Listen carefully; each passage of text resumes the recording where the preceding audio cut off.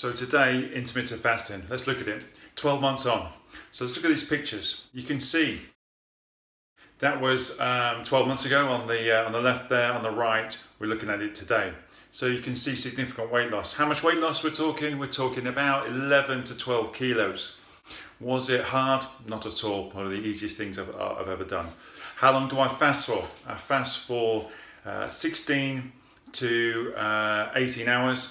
And occasionally, once a week or whatever, I'll do 21-hour fast. They do believe that women should be fasting 14 to 16 hours, but I do know a lot of women that fast for sort of up to 18 hours and have no problem at all. All I'd say with that is give it a go and see how you feel. So let's look again now. So if we look back 2 years ago, you can see from this picture significant bloating here, and this is where I was doing too much endurance type sport, so my intensity was getting reduced, and my I was producing too much cortisol. I really struggled to try and deal with my training and lose weight, control my weight at the same time, along with my work pattern. So it just wasn't working for me. So what I started doing was reducing the amount of time I trained, started doing HIIT workouts, and you can see this is where I was after doing 12 months of HIIT workouts, significant weight loss. 2 months on of doing intermittent fasting along with the HIIT training, you can see there again quite a big change. And then we come right forward now to 12 months on of intermittent fasting and the HIIT training as well, and you can see the results, quite significant change going on there. So is it easy? Is it hard? Extremely easy. Because all I do is I get up in the morning and I have a black coffee, and then that's me set until lunchtime or sometime in the afternoon. So it's extremely easy. I don't have to do anything. I don't have to buy any extra things. I don't have to monitor anything. That's all I do is that. Some people I think get really het up with them intermittent fasting about exact timings. Some people might prefer that, but for me, I don't really get wound up about it. My golden rule for me is I never eat before midday. So I'll always stop eating between sort of 8, 9 o'clock at night. And then the next day I get to 12 and then I see where I go from there. If I've got this raging type hunger, a real raging type hunger, I'll just eat at 12 o'clock. It might be a bit less than 16 hours, but I'm not overly worried about that. If I feel good, I'll just carry on. Sometimes, like I say, go up to 21 hours. Any decrease in energy? Not at all. If anything, more energy. Why? Because my body's burning fat for energy. Because as soon as I eat that food in the morning or have a tea or a coffee with milk in it or whatever, or sugar, then my body's producing it and it stops my body's ability to burn fat for energy, reduces it significantly. So all that happens there is I'm just burning sugars, and then I get this crashing when my blood sugars are getting lower because I produce this insulin, and that's why we feel this hunger, and that's why we feel this lethargy. But I'm not doing that. So because I'm not doing that, I'm not getting that feeling. I just get the sustained body fat burning all the way through the day, and there's no problem at all. So there is no real dips in energy. When I train extremely hard, doing my HIIT training. Sometimes I go out and do sort of like a 45-minute session while I'm running around the forest, doing various HIIT workouts around it, but I'm exercising for 45 minutes. I do that in a fasted state, and there's no decrease in energy whatsoever. So you might be wondering what you can eat. So when you eat, you can eat what you want. So when you get into your eating window, eat whatever you want. But then you need to make sure, you're getting the right amount of micronutrients into your body. So you've got to be sensible about that. Make sure you get everything you want. But if I go out and having a 3-course meal because it's some special occasion, whatever, it's not going to make any difference to my weight gain. If I want to have a dessert every day after a meal, I can do. It's not going to cause any weight gain because my body's staying in this fat burning zone for quite a prolonged period of time. Okay, so that's how you do it. What can you eat? Nothing. What can you drink? Black coffee, black tea, green tea, yeah, but no milk, no sugar, no sweeteners. And that's the rule. No, none of these diet sodas, diet Coke, whatever. Stay well clear. So your rule is water, black tea, black coffee, green tea with no sugar in it or honey or anything like that. So that's what you're looking at, and you'll be fine. So hunger, let's look at hunger. The only time I'm hungry is if I do eat for a reason. So say I go and stay with friends or away somewhere and I have breakfast, and that's when I'm hungry, because my body's producing insulin, I'm getting a crash, my body's feeling hungry, it wants more sugar, and I'm trying to go on this roller coaster event all through the day. When you first start fasting, you will feel hungry because your body produces ghrelin. Ghrelin is a hormone that's produced to remind you to eat. So it's produced at the times you normally eat. So that's how your brain's got you in survival mode. So basically what's happening is in the morning, you wake up. For one point here, we never really feel hungry, starving hungry when we first wake up. So if we are hungry when we need to eat, how come we don't wake up feeling absolutely starving? Because that's the longest we've gone without food. So this proves that our body can go without food. We're designed to go without food for a prolonged period of time. We're designed to hunt for the day, and then when we catch the food, we eat it, and then we would sleep for 2 or 3 hours because we've produced insulin, which makes us tired. Okay. So the ghrelin, in the morning we wake up, the ghrelin gets released. So that's what you're going to feel. And then that's the time really when you're probably going to be craving to have your black coffee, searching for it. You have that, and then the ghrelin will drop down.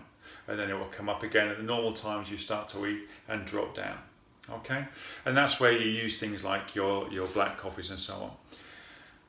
Now, when I use sparkling water a lot because it gives me a sensation of fullness, but some people prefer to just have normal water. Okay.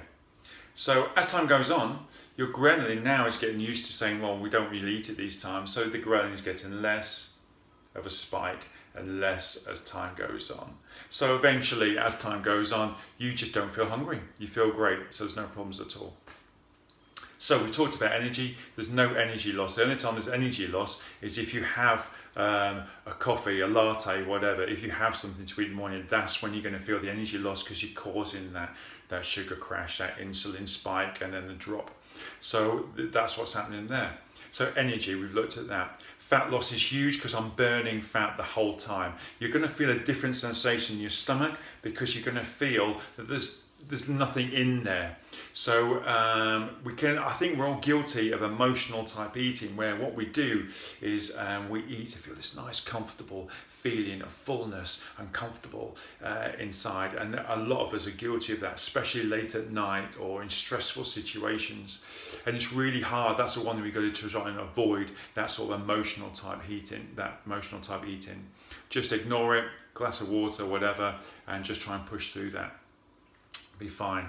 So energy, there's no drop in energy. Hunger, we know how to deal with hunger, and it will get less and less, and you'll start to understand. Sometimes I might have this raging hunger and I'll have a coffee. It does not go away, and I feel just quite tired of myself, and that usually is after I've trained quite hard the day before and I've been busy, sleep might not have been great. On those days I'll just go sort of to 11 o'clock or whatever, and then I'll just start eating because it's just, my body's obviously telling me it needs something.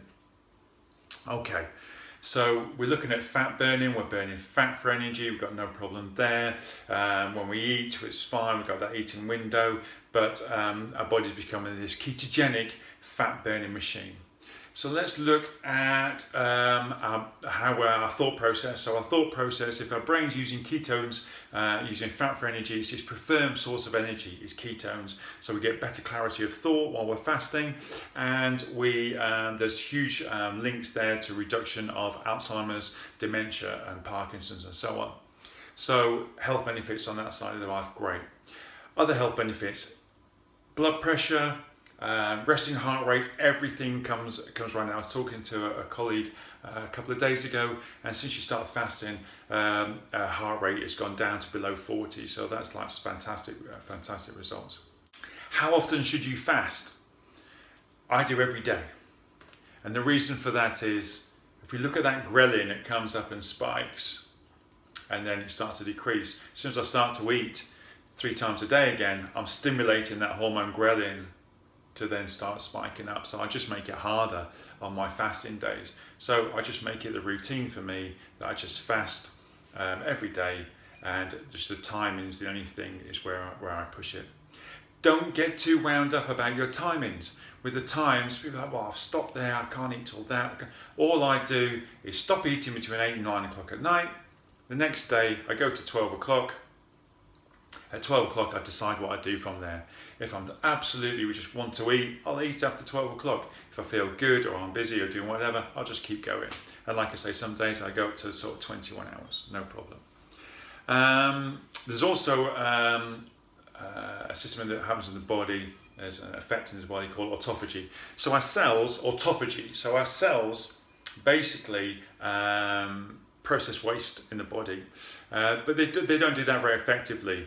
And it's believed that the cells can hold damaged proteins and waste products within these cells, which is quite worrying when you look at cancer and the environment that cancer sort of grows in.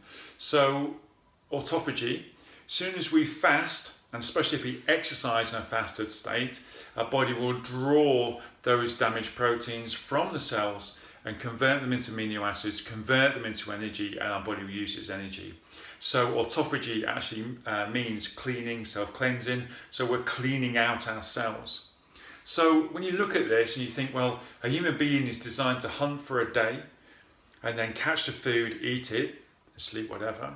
Our body cleanses itself, cleanses its cells when we fast and we perform exercise in a fasted state. Our brain prefers ketones as a thought process. Our body prefers to burn fat for energy because it can sustain energy for longer. So when we're fasted, we're in a ketogenic state, so we're burning fat for energy. So these benefits are huge. So people's heart rates are dropping, blood pressures dropping. So it speaks volumes. Give it a go. Give it a go. Don't get too worked up about it. Try 14 hours if you want to start with. Go from, say, 8 o'clock at night or 10 o'clock in the morning, and then try and see where you go from there. And you will reap the benefits, absolutely huge. If you like this video, please subscribe to my channel. If you've got any questions, that would be great. I'd love to hear any sort of like success stories, any results, or if you've got anything you're not sure about, put them below and I'll come straight back to you with that. Thanks for watching.